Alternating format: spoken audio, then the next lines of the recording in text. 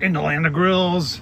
At the Southern Command, we got the pit barrel cooker out here today. Folks, we're doing something we've never done before. And you're gonna see this and you're gonna say, what? You took a ham. That's right, we're taking a ham from the grocery store, and we're gonna double smoke. You probably heard of double smoked ham, but we're gonna do one step further. Not only gonna double smoke this, but we're gonna take it up like a pork butt and take it up to the point where you can pull it. We're gonna do pulled ham on the pit barrel cooker. Oh man, I've never done this before. It's gonna be interesting.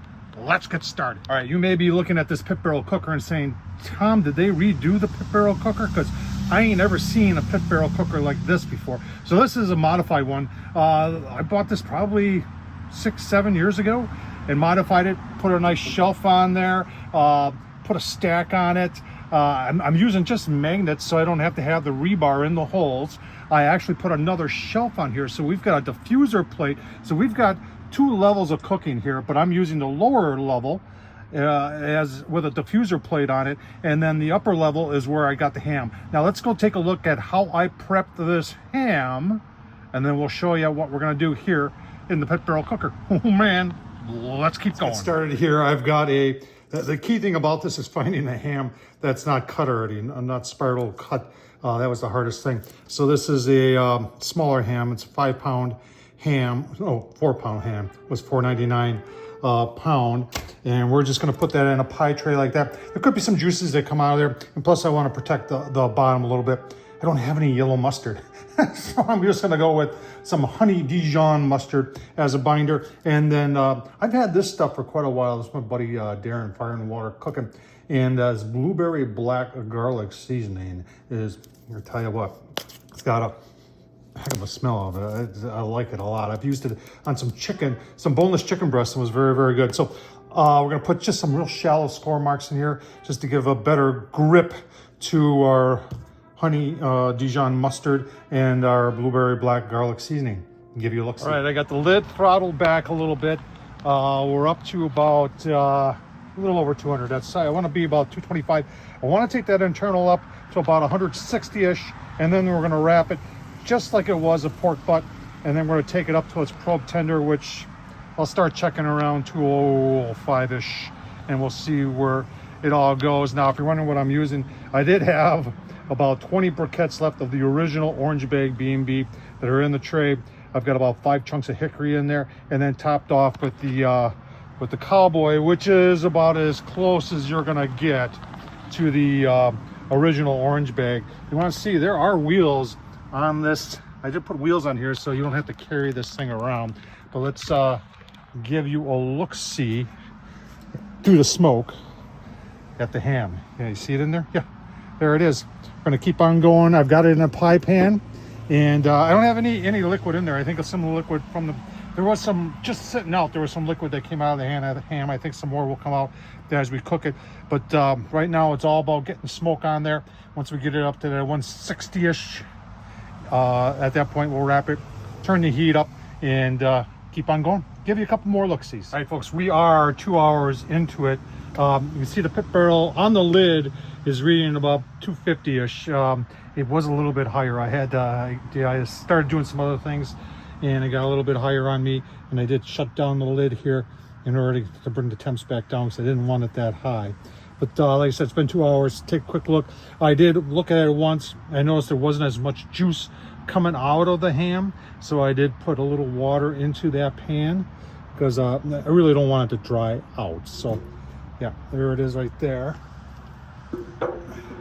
I'll just take a temp. I don't know if you can see that, the thermal pro lightning here, 131. So about 30 degrees to go, and we'll be wrapping it. We will give you a look-see when we wrap it. Right, 3 hours, still running right around 250. Nice color on there. Temp hasn't really moved at all. Wow. Okay. Yeah, 146. At this point, you know, there's nothing wrong with wrapping it at this point. Just letting it go a little bit higher. That would give me the opportunity then to check and see where we are on charcoal on this thing. All right, so we're probably 3.5 hours now. Take a look, see here. let the temperatures go up a little bit more. All right, we're definitely ready now to about 152 there. I think 159 there at the top. I think we're definitely ready to wrap. Give you a look, see at that. There's a charcoal situation after about 3.5 hours. Looking pretty good. I think I will put maybe a dozen more briquettes of the cowboy on top of there. There's that stone. I will keep that on there. That helps to maintain temp and even things out. And there's the grate that I'm cooking on. Let's go get that ham wrapped up in it. So we're getting ready to wrap. I took the juices that were in that pan yet, and I've added a little Coca-Cola to it. And that's what we're gonna wrap it in. I've got a couple aluminum foil here. We'll just tent it up a little bit. I want to make it real tight, and then back on the pit barrel. Back on the pit barrel. You can see we let the temp go up to about 300 now. You might ask, I mean, at this point, could you transition once it's wrapped into an oven or a pellet grill? Yeah, the answer is yes. But based on the amount of charcoal I had left, and I just plan on burning it out anyway, I just added, you know, half a dozen to a dozen more briquettes just to get me through. And that's how it looks right now. We're gonna keep on going here. We're gonna take it up to probe tender. And if you're saying what temps that are, and I've explained that before, 205-ish is usually where it gets to be probe tender, but it could be as high as 210 sometimes. Every cut of meat is different. So we'll see what happens here. We're gonna give it a check here in about 45 minutes. Remember, this is a smaller ham, and I'm doing this on purpose because I've never done one of these before, and I didn't want to, you know, buy a big ham and have it not work out. So we'll see how it goes. Keep on giving you a look. See. All right, so we checked at 4.5 hours, and even one side was 205. It wasn't really probe tender. The other side, this side, was like 202, and it wasn't probe tender either. So put it back on, let it been going. Let's see how, like I said, we're looking for probe tender. That ain't bad. That's 204 point, 206 almost. That went in like butter, and that's 206, if you can't see that. So we're gonna pull this off, let it rest for maybe 30 minutes, and then do some pulling, give you a look. All right, total cook time on the pit barrel cooker was 5 hours.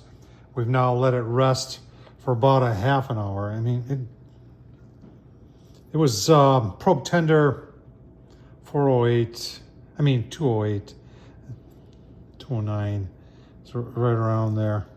You can see it wants to fall apart. I mean, it's definitely pulling. Let me pull some more out of there and see. It's not pulling like a regular pork butt would, where it just kind of falls apart in your hands. There's definitely a lot of resistance there. Let me, I tell you what, let me take a test and then we'll pull some more and give you a look-see. Well, it pulls, it does pull with some resistance, so I'm wondering if it needed more moisture. I'm not really sure. Like I said, we took it up plenty hot, and it tastes fantastic. If you haven't tried this, give it a shot. Let me know how it goes for you, but Tom Horsman YouTube, we did pulled ham. I mean, it pulls. Not something you would expect to do with ham. Tom Horsman at YouTube, thumbs up, leave a comment, and as always, thanks for watching.